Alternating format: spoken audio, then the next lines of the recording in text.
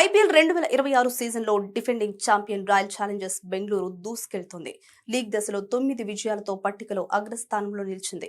అయితే ఈ సీజన్లో ఆర్సీబీ పేసర్ యష్ దయాల్ ఆడని విషయం తెలిసిందే. ఎట్టకేలకు తన గైర్హాజరుపై దయాల్ స్పందించాడు. వ్యక్తిగత పరిస్థితుల కారణంగా దయాల్ ఈ సీజన్కు దూరంగా ఉంటాడని ఆర్సీబీ డైరెక్టర్ ఆఫ్ క్రికెట్ వెల్లడించిన సంగతి తెలిసిందే.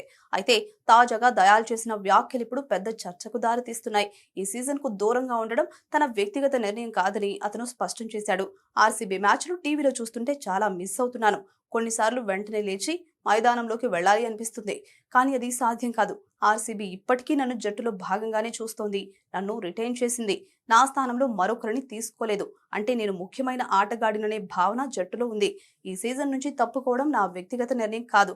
అసలు నిర్ణయాలు అధికారుల చేతుల్లోనే ఉంటాయి. ఆర్సీబీ ఎందుకు ఆ నిర్ణయం తీసుకుందో నాకు పూర్తిగా తెలీదు. నేను జట్టును చాలా మిస్ అవుతున్నాను.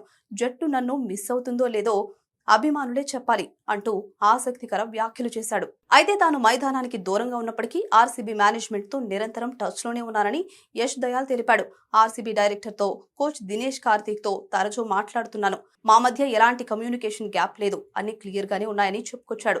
ఇక దయాల్ తనపై ఉన్న కేసుల కారణంగానే క్రికెట్ కు దూరంగా ఉన్నాడు. అతడిపై 2 వేర్వేరు కేసులు నమోదయ్యాయి. మొదటి కేసులో వివాహం పేరుతో ఓ మహిళను మోసం చేసి లైంగిక దాడికి పాల్పడినట్లు ఆరోపణలున్నాయి. ఈ కేసు గాజియాబాద్ లోని ఇందిరాపురం పోలీస్ స్టేషన్ లో భారతీయ న్యాయ సంహిత సెక్షన్ 69 కింద నమోదు చేశారు. మరో కేసులో జైపూర్లోని సంగానేర్ పోలీస్ స్టేషన్లో పోక్సో చట్టం కింద కేసు నమోదైంది.